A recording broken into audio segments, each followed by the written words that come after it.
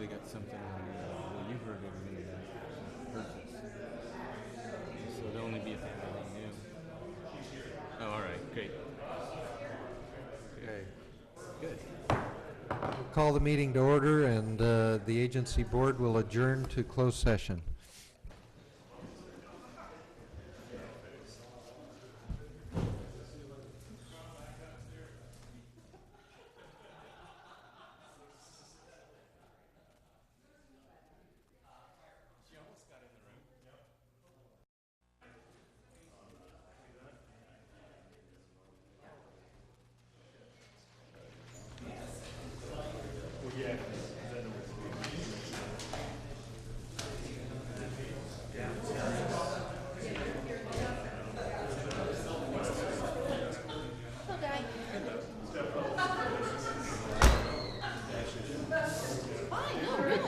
Stranger.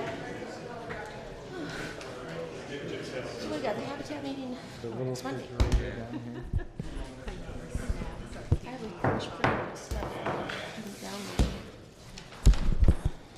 The board met in closed session and gave direction to our property negotiator on the items that are already listed on the agenda.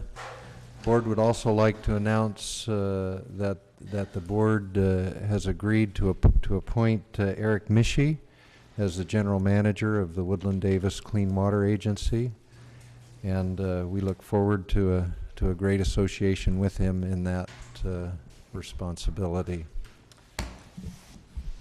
Board members. Mr. Chairman, just to have that announcement also reflect and the committee, the board in closed session authorized the negotiation and execution of an agreement with Mr. Mischie's firm, Damon S. Williams.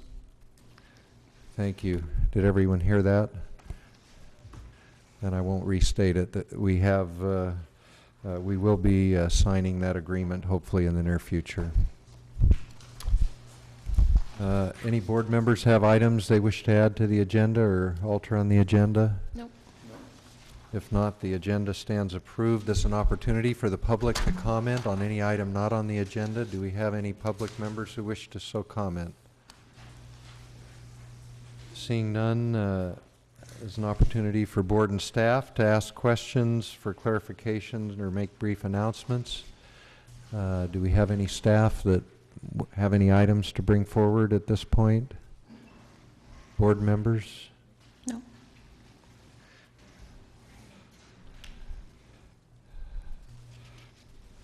Very good. I think we've got the consent agenda then in front of us. We have a motion to approve that agenda, or does anyone wish to withdraw any item? I'll move approval. Second. All in favor? Aye. Aye. Motion carries unanimously. Agency budgeting. We have a budget in front of us to adopt. I'm not sure, Bob, if you or Greg are handling that. Yeah, thank you, Chair Marble. I'll give an introduction of this item and address a couple of issues that have been raised by the board in the past and try to be brief. This is the third time we've brought to you the subject of a proposed FY 10-11 budget. You may recall in March we came to the board preliminarily just bringing to your attention the upcoming effort to adopt a budget and refreshing everyone's memory of what some of the requirements were in the founding agreement for the agency. We also were seeking some input from the board on what you wanted to see in a budget. We came back to you in May with a proposed budget for comment, and you gave us at that time some additional comments. And Chair Marble, you asked staff to provide information on the detailed explanation for subline items within the budget to be sent out to all the board members between formal meetings, and you asked your peers on the board to provide feedback to Greg and myself of any issues you saw in the detail. We have attached to the staff report today some of those documents that we sent to you. Specifically, attachment 1 to the staff report is the summary level budget that you've seen previously. There are a few minor modifications to it since the last version, which I'll speak to in a moment. We also have included a lengthy document going through a little more explanation on the subtasks under the budget items. This was an issue of some discussion previously. You wanted more written definition of how we were going to be spending the money. And we have also provided you more detailed description of the public outreach scope that staff thought was appropriate for this project, since that particular item came under some discussion in May as well. So those are attachments. Very briefly, I'd like to go through a few things that we've covered in the staff report. We thought it appropriate to share with you and the public what staff feels are the goals and objectives for this agency for the coming fiscal year, which clearly is linked to the budget request. We show on the staff report here a number of things that we hope to do. I won't go through it all, but certainly you've made the announcement on the general manager. That is one of the most important things we sought to get done, and glad we're a little ahead of schedule. We're still in fiscal year 9-10, so we're doing well so far. We also have the ongoing administrative effort of holding the agency meetings, and most of the admin support budget is geared towards these meetings and providing information to the public and the board for information and decision making. Moving into next year, we will more significantly get caught up in progressing on many fronts on the capital project itself.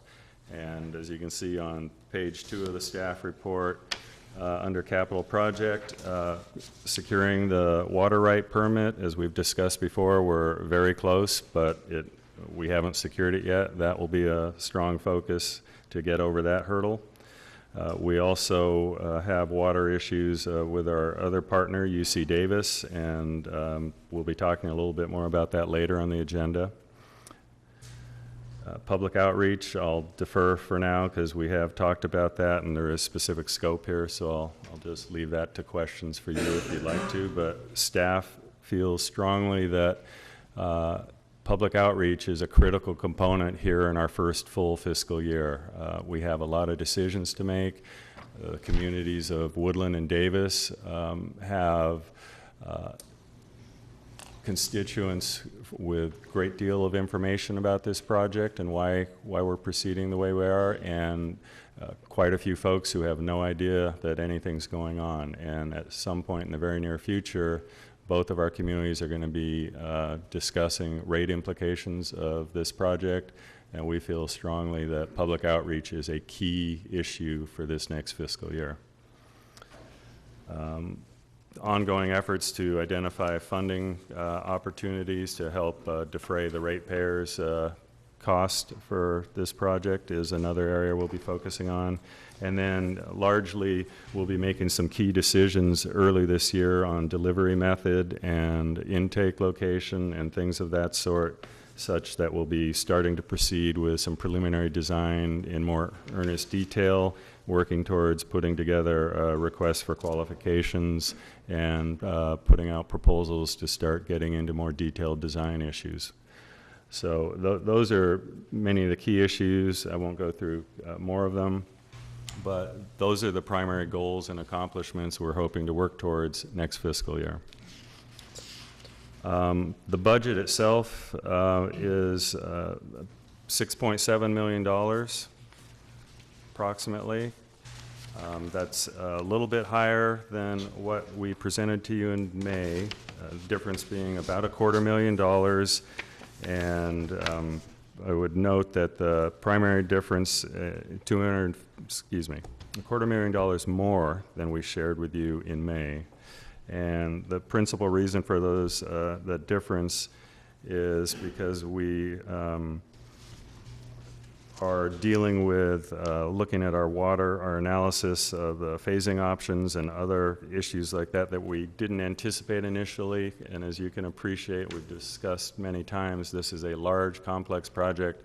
We're working towards assessing all the issues, and as issues come up that we hadn't considered as cost implications before or critical to the project, we're finding that we're having to deal with those issues.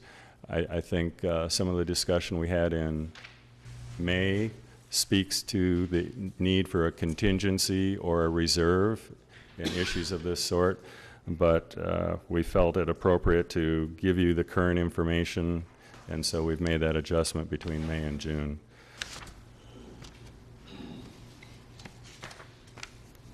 Within the budget, we have maintained a $100,000 reserve that we've shared with you before. We think the reserve is something that will focus more on the administrative element of the budget next year, and we think that's an appropriate dollar figure.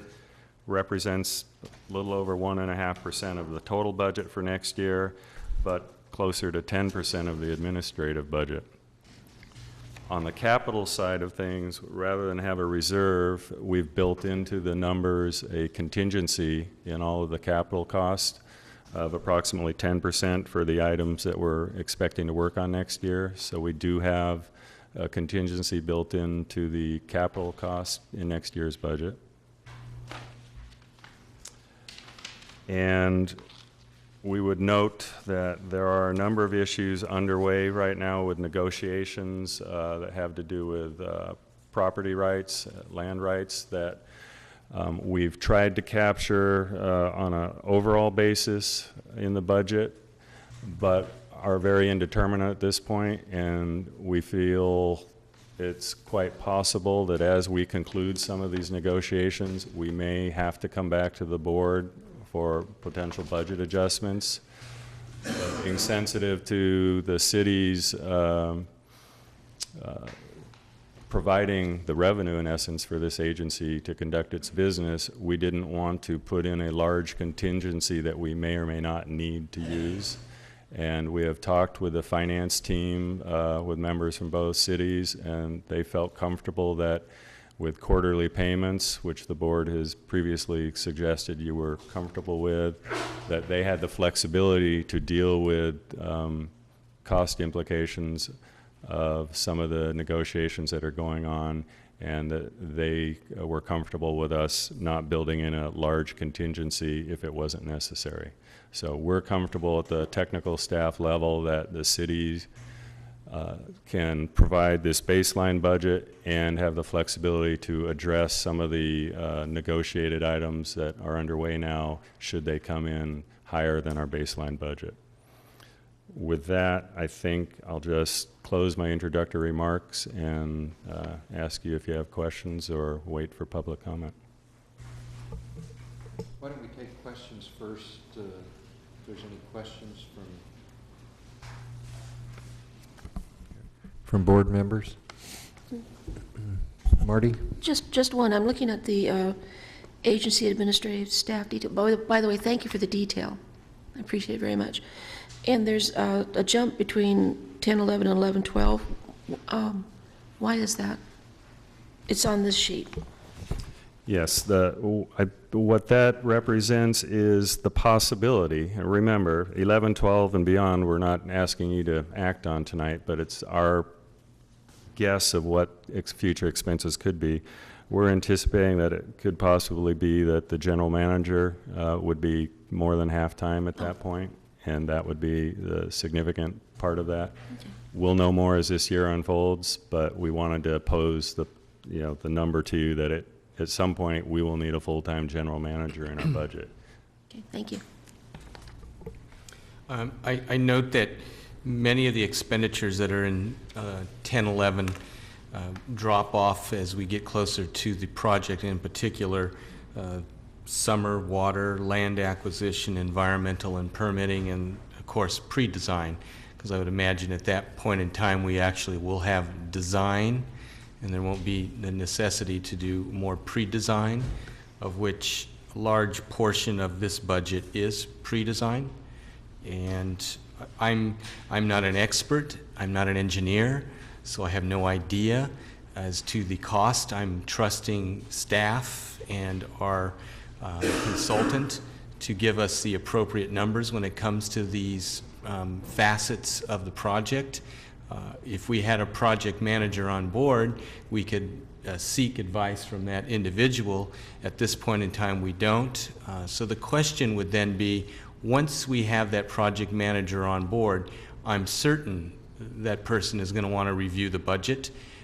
And is there any ability to adjust if that project manager determines there's redundancy here, unnecessary components that aren't needed? He wouldn't have authorized or suggested we would undertake those tasks. The simple answer, Vice Chair Souza, is yes, absolutely. The general manager, we would fully expect to evaluate this initial budget and with their expertise add comment to it. If we have overextended, the need for next year and they think there's a cheaper way to deliver what we're trying to do next year, just by adopting a budget doesn't mean we have to spend the funds. On the flip side, if they think we've underestimated something, we would be bringing that back to the board and discussing it in great detail, potentially seeking a budget adjustment. Well, and that would bring me to my next question, and it may be, it's more of a funny, I would imagine that our potential budget adjustments are going to be down, right? Okay, didn't get you, Bob, sorry.